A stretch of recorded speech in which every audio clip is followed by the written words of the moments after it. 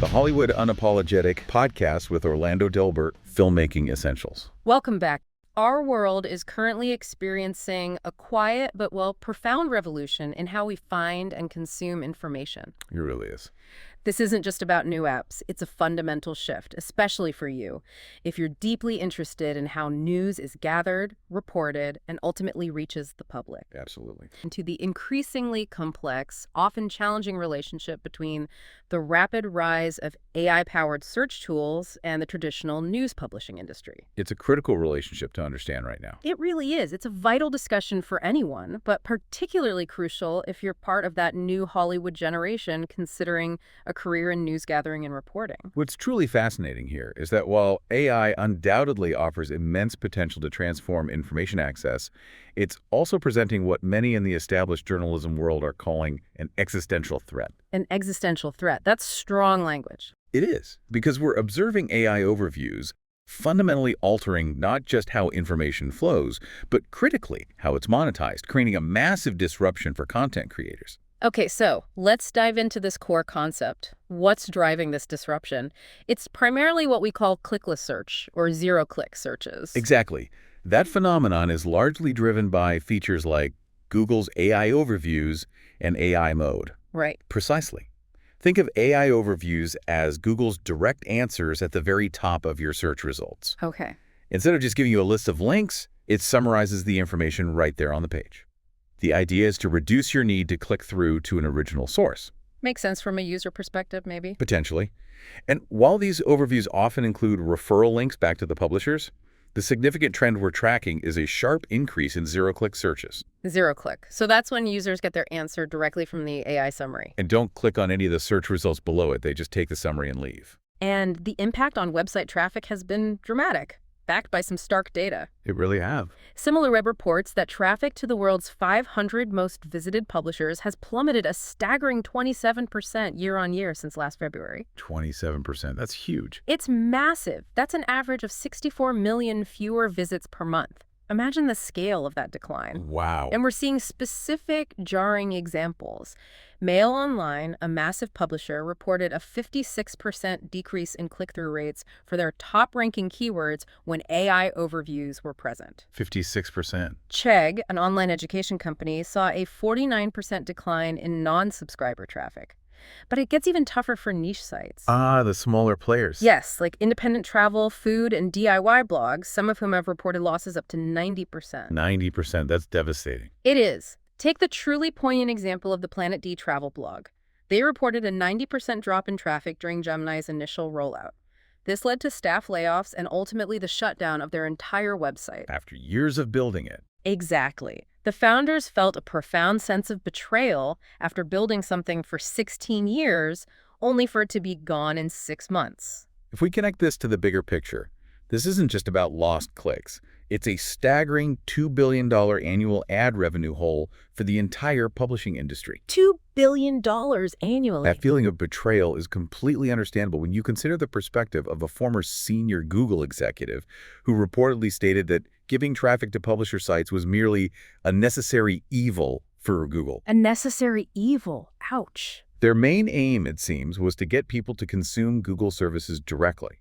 This reveals a profound philosophical conflict at the heart of how information flows and is valued today.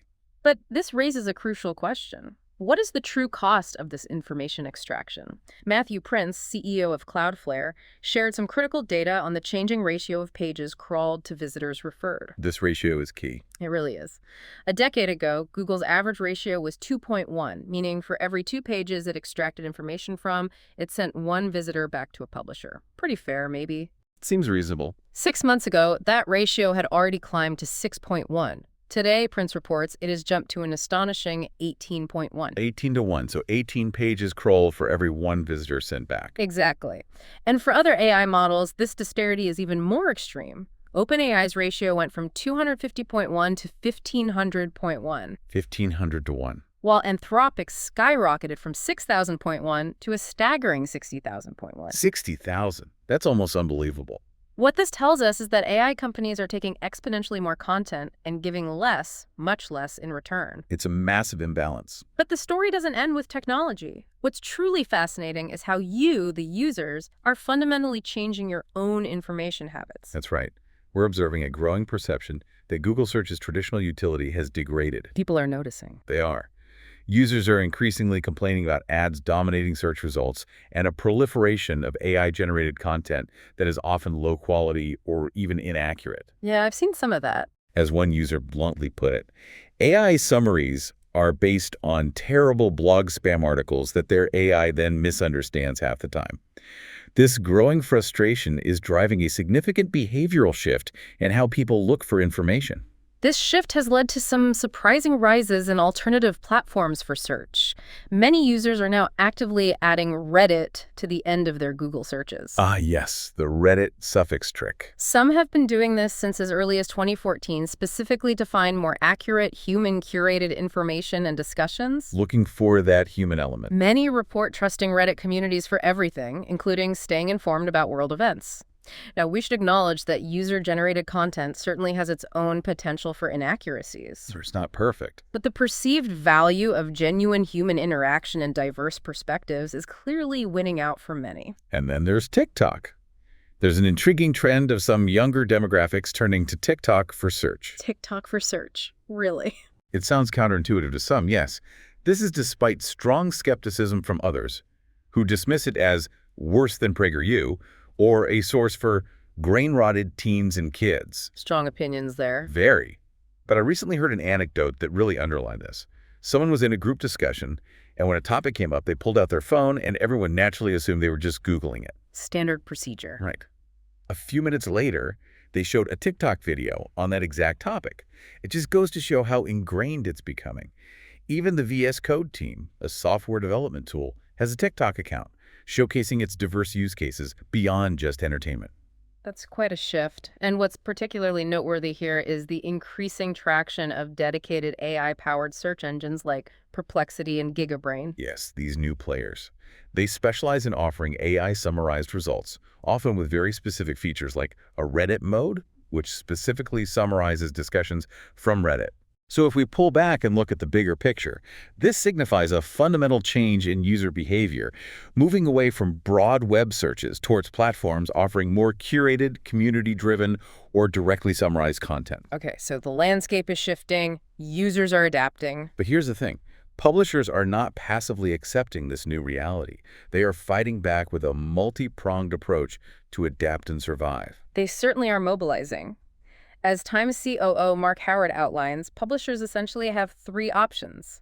Do nothing, which thankfully they won't consider. Not an option, really. Litigate or negotiate. Litigation is described as a very, very large commitment, often not feasible for smaller news organizations. Very costly and time-consuming. Which leaves negotiation as the primary and most practical path forward.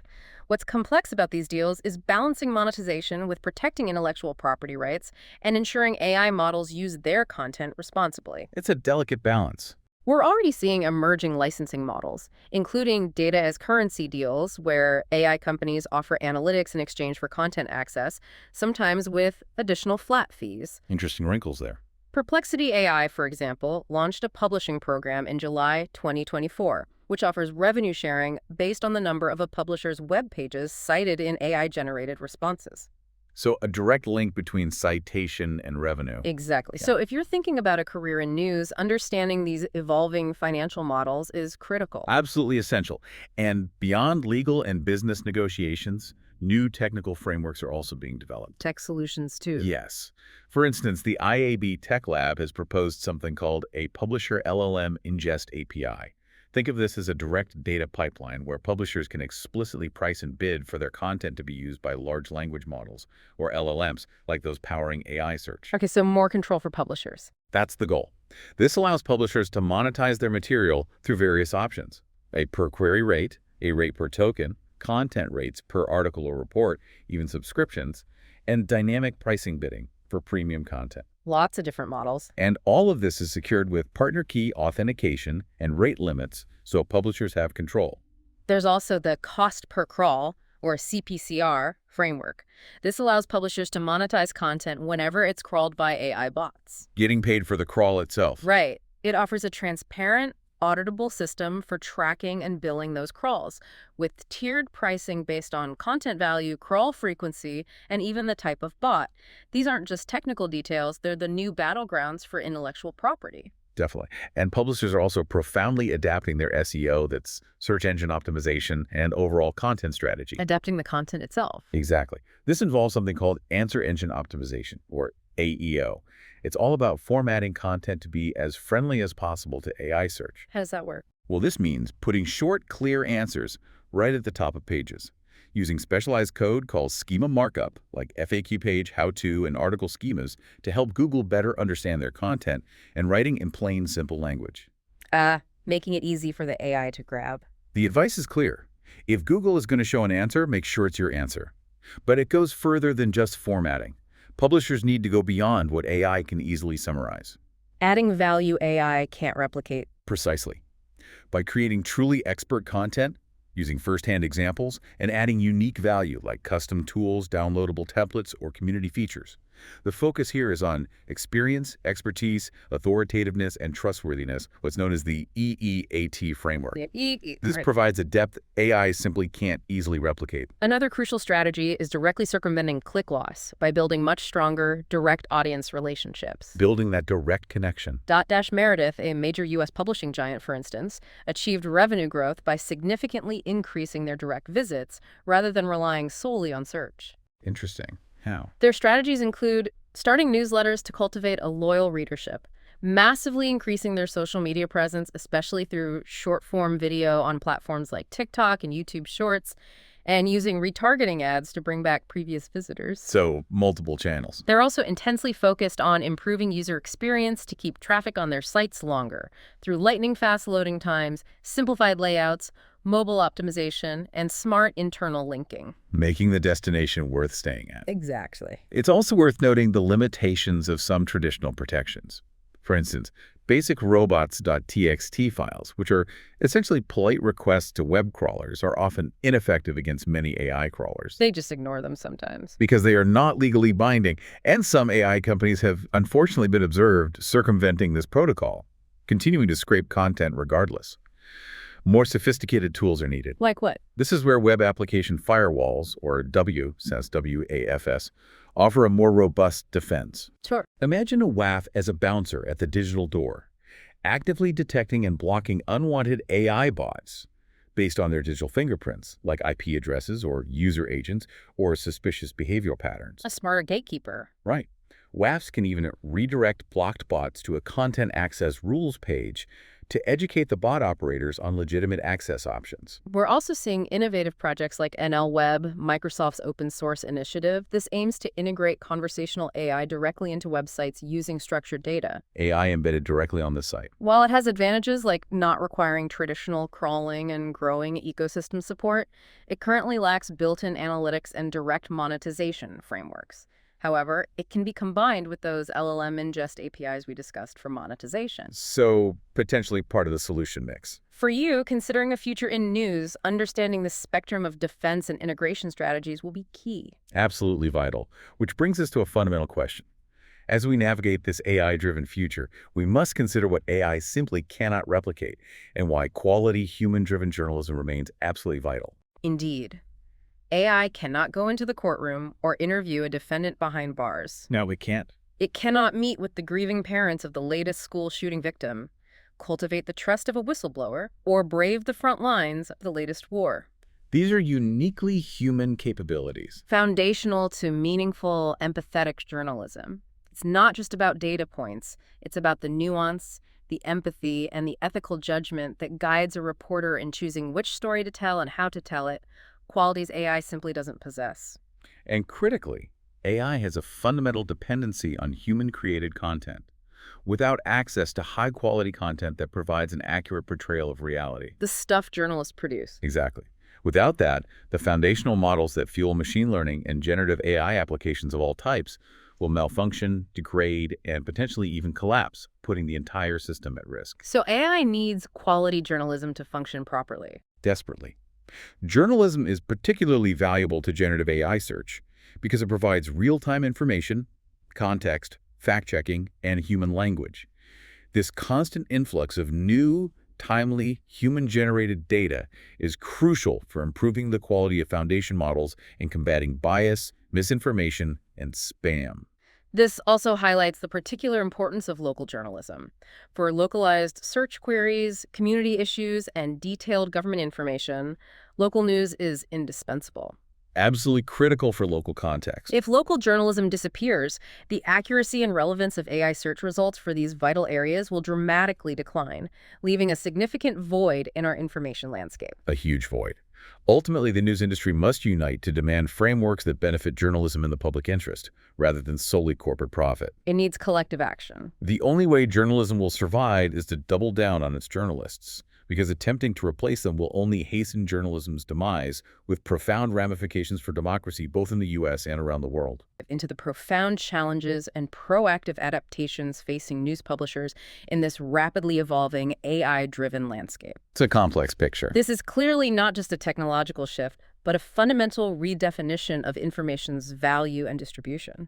A critical question emerges for you as members of the new Hollywood generation, considering a path into news gathering and reporting, navigating this unprecedented transformation. How will you leverage technology and the enduring power of human storytelling to not only inform but also innovate, ensuring that verified, human-driven truth continues to reach and resonate with audiences in an AI-dominated information ecosystem?